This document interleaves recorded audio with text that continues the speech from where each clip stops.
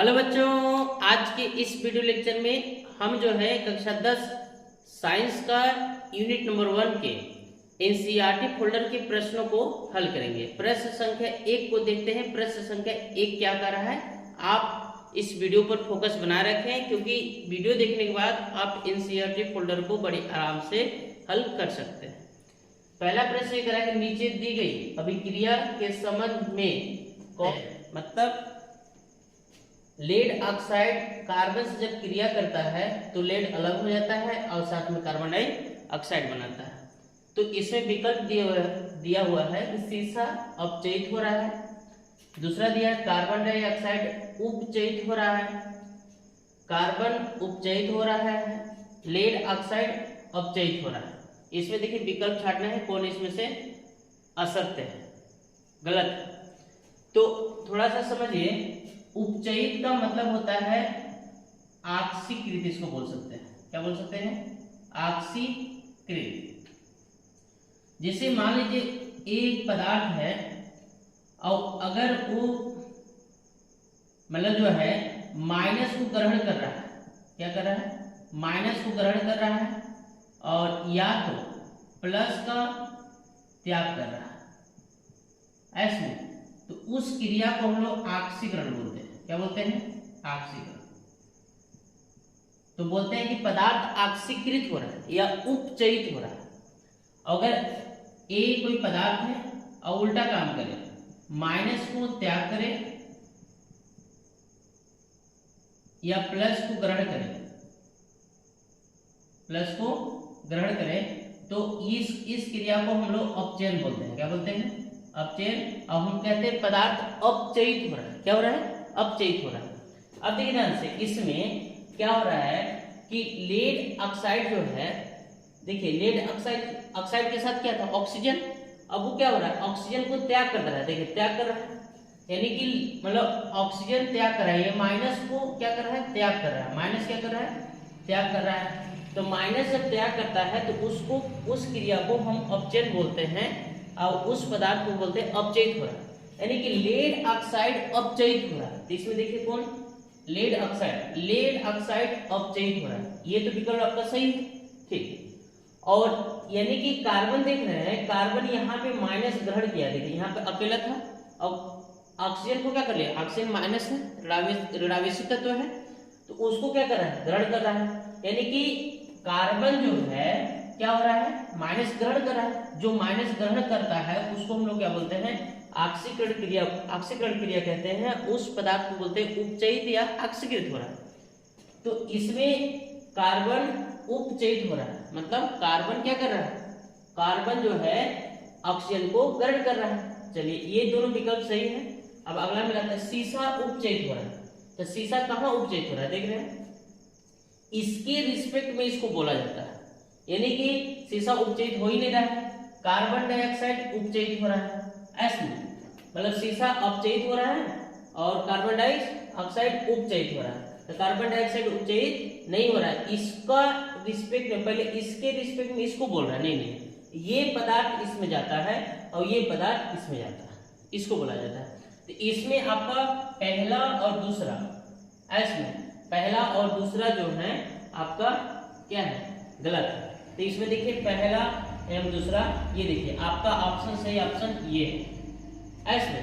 तो कहने के मतलब अगला हम लोग देखते हैं, जैसे लिखा है मतलब जो है फेरिक ऑक्साइड एल्युमिनियम से जब क्रिया करता है तो एल्युमिनियम ऑक्साइड और साथ में आयरन अलग हो जाता है। ऊपर दी गई अभिक्रिया किस प्रकार का है, संयोजन अभिक्रिया, द्विविस्थापन अभिक्रिया, वियोजन अभिक्रिया और विस्थापन अभिक्रिया। जैसे संयोजन अभिक्रिया का मतलब होता है कि जैसे ए और बी पदार्थ मिल करके सिर्फ एक ही प्रकार के उत्पाद बनाए, एक ही प्रकार के उत्पाद बनाए, तो उसको कहते हैं हम लोग, क्या कहते हैं, संयोजन अभिक्रिया। ऐसे क्या कहते हैं, संयोजन अभिक्रिया कहते हैं। तो संयोजन मतलब होता है मिलना, तो मिल करके एक प्रकार का उत्पाद बना रहे हैं। तो मिल करके दो पदार्थ मिल रहे हैं तो एक प्रकार का उत्पाद कहाँ बना रहे हैं, तो ये तो आपका संयोजन अभिक्रिया नहीं हो सकता है। ऐसे द्विविस्थापन, द्विविस्थापन जैसे AgNO3 ऐसे AgNO3 NaCl से क्रिया किया, तो अगर Cl इसके साथ चला जाए, NO3 उसके साथ चला जाए, तो ये बन जाएगा क्या, AgCl NaNO3। इस अभिक्रिया को कहते हैं द्विविस्थापन, मतलब वह रासायनिक अभिक्रिया जिसके आयन आपस में बदल जाते हैं। जैसे देखिए Ag के साथ NO3 था, तो वो NO3 चला गया Na के साथ, और Na के साथ Cl था, तो वो Cl चलाया Ag के साथ। तो इसको कहते हैं द्विविस्थापन अभिक्रिया, मतलब अभिकारकों के आयनों की अदला बदली होने से जो रासायनिक अभिक्रिया होती है उसे क्या कहते हैं लोग, द्विविस्थापन अभिक्रिया कहते हैं। समझ में आ रहा है ना। फिर उसके बाद ये तो द्विविस्थापन नहीं है, वियोजन अभिक्रिया। वियोजन मतलब टूटना, जैसे कोई पदार्थ है उसको गर्म करिए ऐसे में, और गर्म करने के बाद या कोई बाह्य कारक के द्वारा वो टूट करके एक से अधिक प्रकार के पदार्थ बना है। जैसे सपोज कीजिए, जैसे बेकिंग सोडा को जब हम लोग गर्म करते हैं, जब बेकिंग सोडा को गर्म करते हैं तो धावन सोडा ऐसे और कार्बन डाइऑक्साइड और साथ में जल बना देता है। इस अभिक्रिया को हम लोग वियोजन अभिक्रिया करें, क्योंकि एक प्रकार का अभिकारक टूट करके एक से अधिक प्रकार का उत्पाद बना रहा है, तो इसको कहते हैं वियोजन। वियोजन मतलब बट जा रहा है, देखिए बट रहा है, एक पदार्थ बट रहा है। अब जैसे विस्थापन अभिक्रिया ये भी नहीं है, बट कहाँ है, देख रहे हैं ये बट कहाँ है ऐसे, यानी कि वियोजन नहीं हो रहा है, दो पदार्थ मिलकर के एक वियोजन बट हो ही नहीं रहा है। फिर उसके बाद आया विस्थापन अभिक्रिया। विस्थापन अभिक्रिया क्या होता है, जैसे कोई सक्रिय तत्व है और वो क्या करे कि कम किसी यौगिक में कम सक्रिय तत्वों को हटा करके उसका स्थान स्वयं ग्रहण कर ले, तो उसको कहते हैं हम लोग विस्थापन अभिक्रिया। और यहाँ यही हो रहा है, देखें आयरन ऑक्सीजन से साथ जुड़ा है और एल्युमिनियम अलग है। एल्युमिनियम अधिक सक्रिय है किससे, लोहा से। अब ये क्या किया कि मतलब लोहा से अधिक सक्रिय है, तो फुल अधिक सक्रिय, तो एल्युमिनियम क्या कर दिया, आयरन को हटा दिया और आयरन का स्थान स्वयं ग्रहण कर लिया ऐसे। इसका मतलब ये होता है, देखिए ये माइनस प्रकृति का है, ये प्लस प्रकृति का है, ये भी प्लस प्रकृति का है, यानी कि माइनस वाले दो लोग हैं, सॉरी माइनस वाले एक है और प्लस वाले दो हैं, यानी कि वस्तु एक है, चाहने वाले दो लोग हैं, यानी कि वस्तु उसके पास रहेगा जो ज्यादा पावरफुल होगा। तो यानी कि इन देखो Fe और Al में अधिक सक्रिय जो है Al है, तो वो किसके साथ चला जाएगा, Al के साथ चला जाएगा, तो ये बेचारा खाली हो जाएगा इधर ऐसे। तो इसको कहते हैं हम लोग विस्थापन अभिक्रिया। ये किस प्रकार का अभिक्रिया, विस्थापन अभिक्रिया, यानी कि आपका विकल्प डी सही है। इसमें कौन सही है, विकल्प डी सही है। अब जैसे लौह चूड़, मतलब लौह चूड़ जो है पर तनु हाइड्रोक्लोरिक अम्ल डालने पर क्या होता है, लौह चूड़ पर यानी कि लोहे के चूड़ पर तनु हाइड्रोक्लोरिक अम्ल डालने पर क्या होता है, तो देखते हैं लौह चूड़ मतलब Fe, उस पर तनु हाइड्रोक्लोरिक अम्ल डालना है, डाल दिए। तो याद रखना कि अधिक सक्रिय जो धातु होता है जैसे सोडियम, पोटेशियम, कैल्शियम, मैग्नीशियम, ये अम्ल में से हाइड्रोजन को हटा देते हैं। तो देखिए ये कहने का मतलब ये है कि ये अम्ल में से Fe जो है अधिक सक्रिय है H से, वही बात हो गई ऐसे। जैसे ये देखिए माइनस प्लस प्लस ऐसे, मतलब ये AB प्लस प्रकृति का है, AB प्लस प्रकृति का है, माइनस प्रकृति का है, यानी कि माइनस वाला एक है और प्लस वाले दो हैं, यानी कि वस्तु एक है, उसको चाहने वाले लोग दो लोग हैं, तो वस्तु किसका होगा, जो अधिक शक्तिशाली होगा। तो H और Fe में Fe ज्यादा शक्तिशाली होता है, अर्थात ज्यादा सक्रिय होता है। तो Cl जो है छोड़ करके दौड़ता हुआ किसके पास पहुंच जाएगा, Fe के पास पहुंच जाएगा। तो जब ये पहुंचेगा तो FeCl2 ऐसे में FeCl2 बन जाएगा और साथ में बेचारा हाइड्रोजन अलग हो जाएगा। रिएक्शन बैलेंस करने के लिए आप यहाँ 2 से गुणा कर दीजिएगा, और रिएक्शन बैलेंस करने के लिए सॉरी आप यहाँ 2 से गुणा कर दीजिएगा, ये देखिए रिएक्शन हुआ ऐसे। तो अब FeCl2 का है बना, Fe पर 2 प्लस होता है और इस पर 1 प्लस और इस पर 1 माइनस, तो ये वाला यहाँ जाता है, ये वाला यहाँ आता है। तो Cl पर जो माइनस है ये वाला यहाँ आएगा, तो Fe1 नहीं लिखा जाता है, और 1 लिखने की जरूरत नहीं है, यहाँ 1 है लिख भी सकते हैं और ये 2 जाएगा तो HCl2 और लास्ट में हाइड्रोजन हो गया। तो इस तरह से आप जो है समझ सकते हैं। तो इसमें लिखा है हाइड्रोजन गैस वो आयरन क्लोराइड बनता है, बात सही है। देखिए हाइड्रोजन गैस वो आयरन क्लोराइड बनता है, तो इसमें कौन विकल्प सही है? ये सही है। तो इस तरह से तीनों विकल्प को हल कर सकते। प्रश्न 4 पर बात करें तो प्रश्न 4 क्या कर रहा है कि संतुलित रासायनिक समीकरण क्या होता है, रासायनिक समीकरण को संतुलित करना क्यों आवश्यक है। इसमें यानी कि संतुलित रासायनिक समीकरण क्या होता है? ऐसा समीकरण जिसमें तत्वों के अभिकारक में जितने परमाणु होंगे उतना उत्पाद में भी होना चाहिए। जैसे कोई तत्व अभिकारक में 5 ठो ऐसे, तो उत्पाद में भी 5 ठो होना है ऐसे। यानी कि संतुलित रासायनिक समीकरण किसे कहते हैं? ऐसा रासायनिक समीकरण जिसमें अभिकारक के प्रत्येक तत्वों के परमाणुओं की संख्या उत्पाद में परमाणु की संख्या क्या हो? बराबर हो, तो उसे हम लोग संतुलित रासायनिक समीकरण कहते हैं। और समीकरणों को संतुलित करना क्यों जरूरी है? इसलिए क्योंकि अभिकारक आप जितना मात्रा में ले रहे हैं तो उत्पाद भी तो उतना ही बनना चाहिए ना। अभिकारक आप 10 ग्राम लिए हैं तो उत्पाद भी 10 ग्राम बनना चाहिए।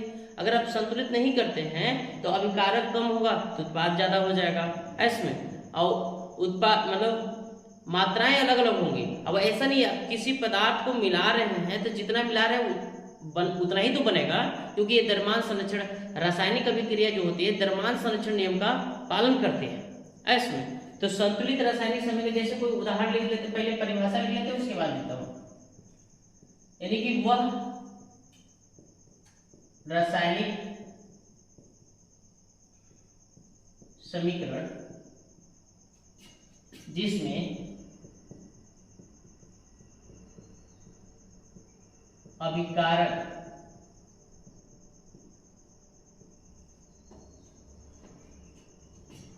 में प्रत्येक तत्वों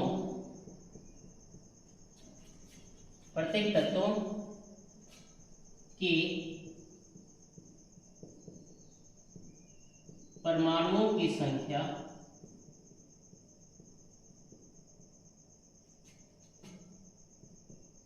उन तत्वों के उत्पाद में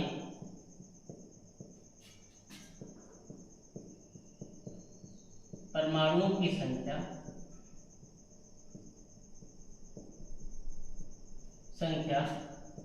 बराबर हो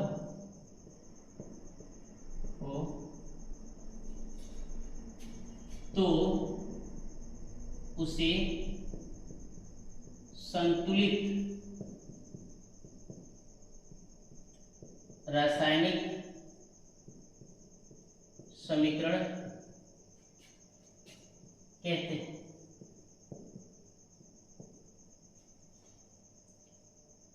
रासायनिक समीकरण को संतुलित करना क्यों आवश्यक है? रासायनिक समीकरण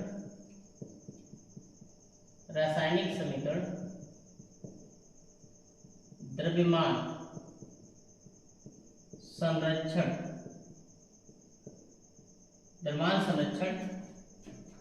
नियम का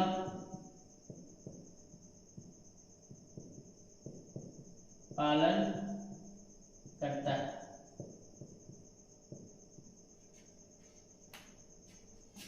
इसीलिए समीकरण को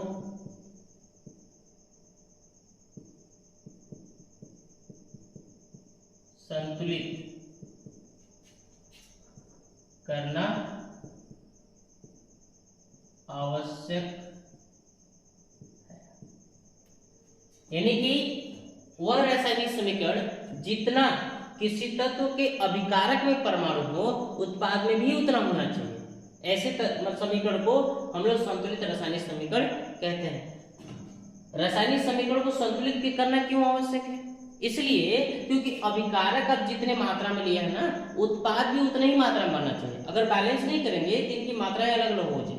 ऐसा नहीं है कि हम अगर 10 ग्राम अभिकारक लिए हैं तो उत्पाद भी 10 ग्राम बनेगा, ऐसे ये तो आप बैलेंस नहीं करिएगा तो उत्पाद लीजिएगा 10 ग्राम, तो अभिकारक मतलब अभिकारक लीजिएगा 10 ग्राम तो उत्पाद बन जाएगा 20 ग्राम।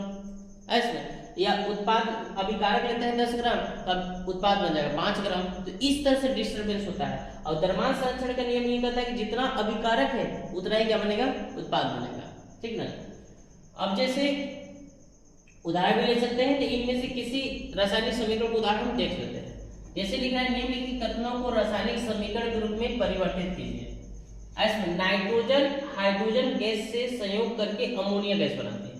Nitrogen N2 hydrogen gas H2 से संयोग कर रहा है, संयोग मतलब मिल रहा है, तो मिल करके अमोनिया गैस बनाता है। तो अमोनिया का सूत्र क्या होता है, NH3। बैलेंस करने के लिए आप नाइट्रोजन 2 है, नाइट्रोजन को 2 करिएगा तो हाइड्रोजन 6 हो जाएगा, यहाँ 3 से गुणा कर दीजिए। ऐसे तो नाइट्रोजन हाइड्रोजन से संयोग करके अमोनिया गैस बनाया। ऐसे ये अमोनिया है, ये कौन सा अभिक्रिया का उदाहरण है, ऐसे ये मतलब संयोजन अभिक्रिया का उदाहरण है। देखिए दो पदार्थ आपस में मिलकर एक ही प्रकार के उत्पाद बना रहे हैं, तो ये संयोजन अभिक्रिया का उदाहरण है, ठीक।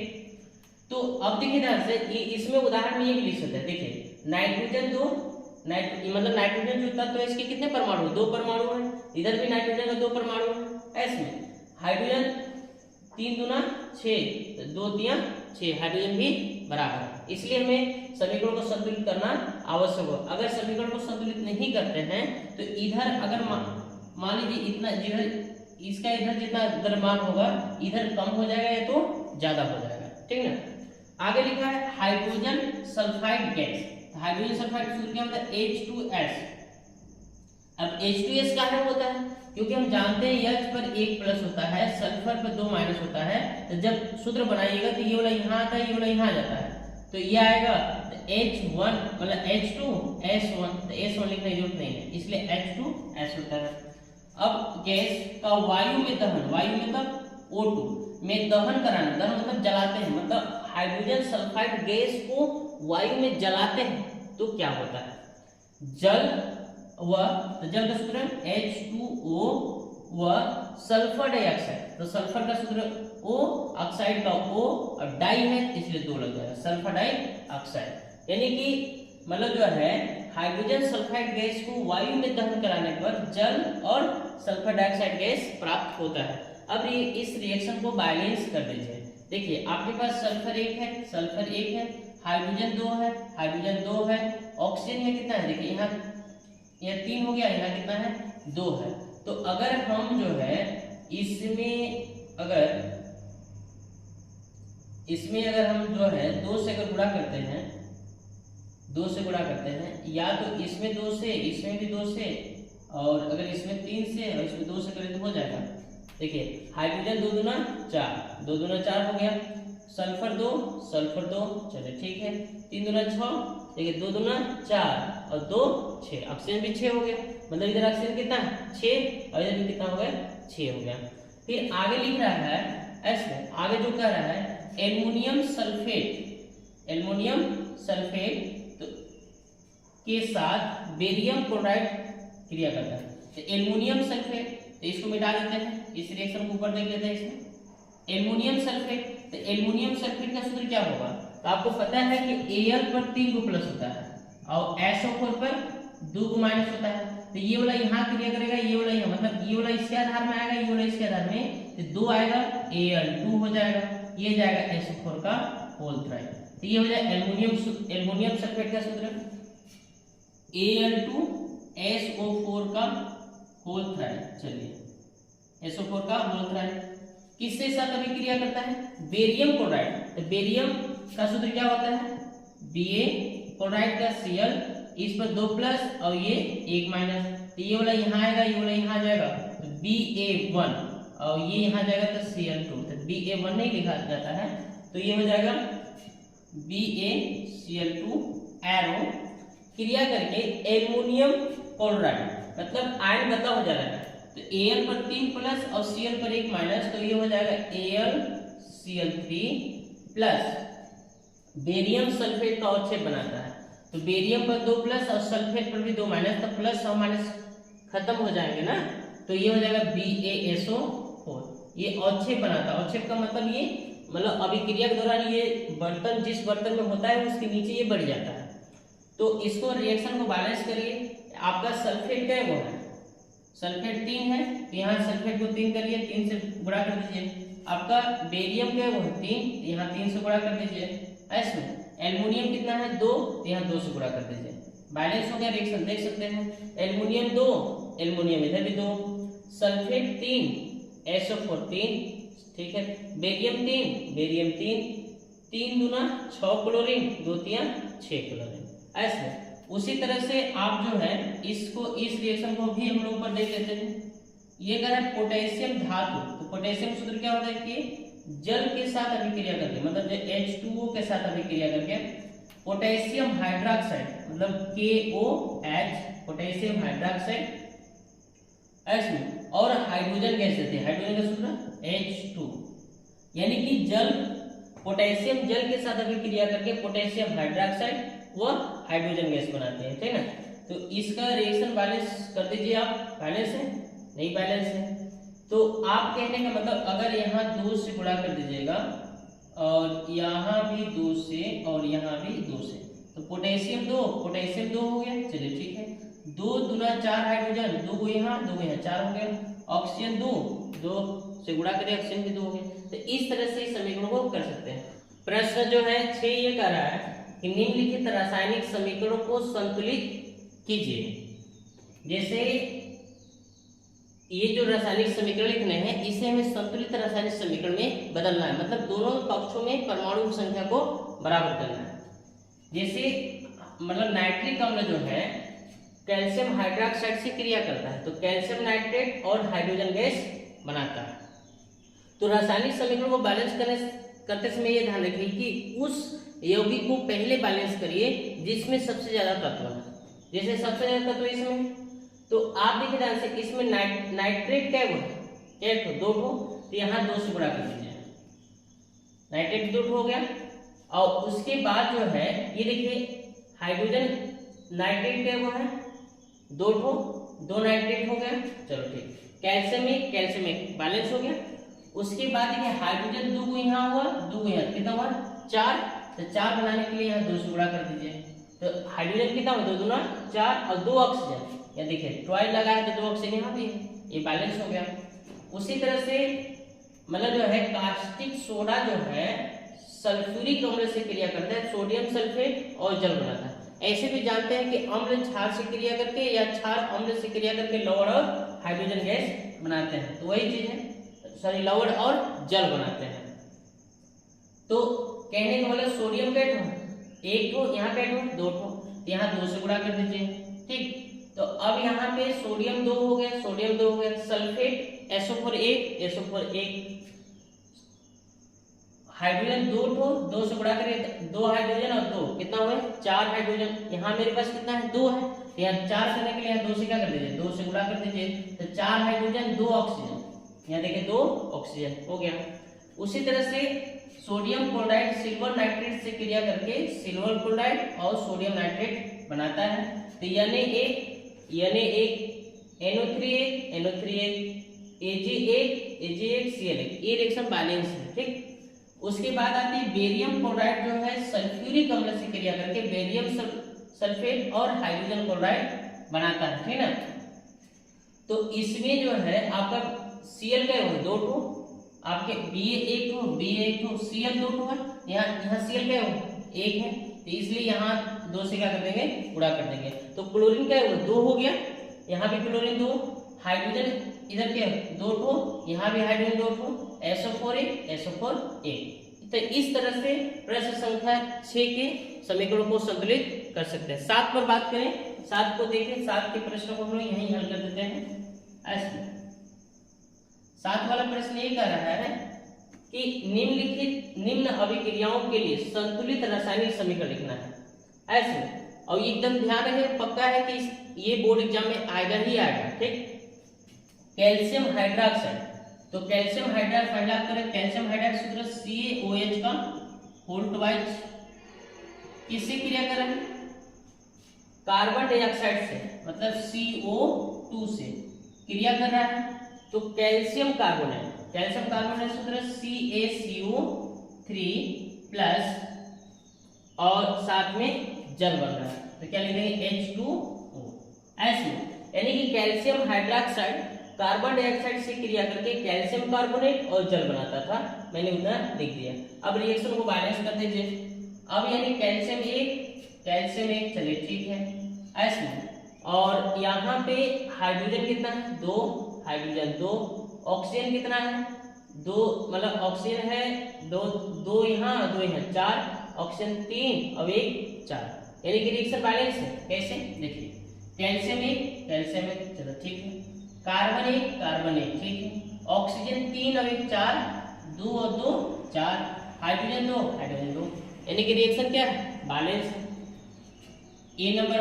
डी नंबर पे बात करें, जिंक सिल्वर नाइट्रेट से क्रिया करें। जिंक का सूत्र Zn, silver nitrate AgNO3, silver nitrate का सूत्र AgNO3, क्रिया करके जिंक नाइट्रेट, तो जिंक नाइट्रेट का सूत्र ZnO3 का होल ट्वाइस होगा। क्या ट्वाइस होगा? क्योंकि Zn पर 2 प्लस होता है और Na3 को कहीं भी नाइट्रेट पढ़ते हैं, इस पे 1 माइनस होता है। Na3 को क्या पढ़ते हैं नाइट्रेट, तो 1 माइनस होता है, तो ये वाला यहाँ आएगा, ये वाला यहाँ आएगा, तो ये वाला यहाँ आएगा तो 1, तो Z1 नहीं लिखते हैं, ये जाएगा तो ट्वाइस पकड़ लेगा NO3 का होल ट्वाइस। तो ये होगा जिंक नाइट्रेट और सिल्वर अलग हो जाता है, मतलब Ag ऐसे। तो इसमें जिंक हो गया और ये मतलब जो है कौन अभिक्रिया है, ये आपका विस्थापन या प्रतिस्थापन अभिक्रिया है, क्योंकि जिंक ज्यादा सक्रिय है Ag से, इसलिए Ag को हटा दिया, उसका स्थान स्वयं ले लिया ऐसे। तो बैलेंस करिए, जिंक एक NO3 2 ठो, यहाँ 1 ठो, इसलिए यहाँ 2 से गुणा कर दीजिए, और NO3 तो बैलेंस हो गया, लेकिन Ag 2 ठो हो गया, इसलिए यहाँ 2 से गुणा कर दीजिए। फिर आगे सी नंबर क्वेश्चन ये कर रहा है, एल्युमिनियम कॉपर क्लोराइड से क्रिया करते हैं। एल्युमिनियम मतलब एयर, कॉपर क्लोराइड मतलब CuCl2 से क्रिया करके एल्युमिनियम क्लोराइड, तो Al पर 3 प्लस होता है, तो AlCl3 हो जाएगा और साथ में कॉपर अलग हो जाता है, C वाला हो गया। रिएक्शन बैलेंस कर दीजिए ऐसे। रिएक्शन बैलेंस करने के लिए अगर आप यहाँ 2 से गुणा कर, यहाँ 3 से कर दीजिए और यहाँ 2 से, और यहाँ भी 2 से, तो एल्युमिनियम 2 3 दूना 6, 2 तिया 6, बैलेंस हो गया। कॉपर 3, यहाँ 3 कर दीजिए, बैलेंस है ना।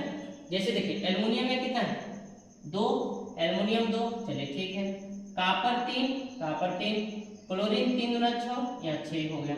उसी तरह से डी नंबर हम देखें, बेरियम क्लोराइड पोटेशियम सल्फेट से क्रिया करते हैं। बेरियम क्लोराइड का BaCl2 पोटेशियम सल्फेट K2SO4 क्रिया करके बेरियम सल्फेट मतलब BaSO4, और साथ में पोटेशियम क्लोराइड मतलब KCl हो जाएगा, पोटेशियम क्लोराइड सूत्र। पोटेशियम में कितना है 2, क्लोरीन भी 2 है, इसलिए यहाँ 2 से गुणा कर देते हैं। BA1 SO4 और पोटेशियम 2, क्लोरीन 2। तो इस तरह से आप जो है प्रश्न संख्या 1 से लेकर 7 तक का उत्तर लिख सकते हैं। वीडियो अगर पसंद आया होगा तो लाइक करें, ज्यादा से ज्यादा लोगों के पास क्या करें, शेयर करें।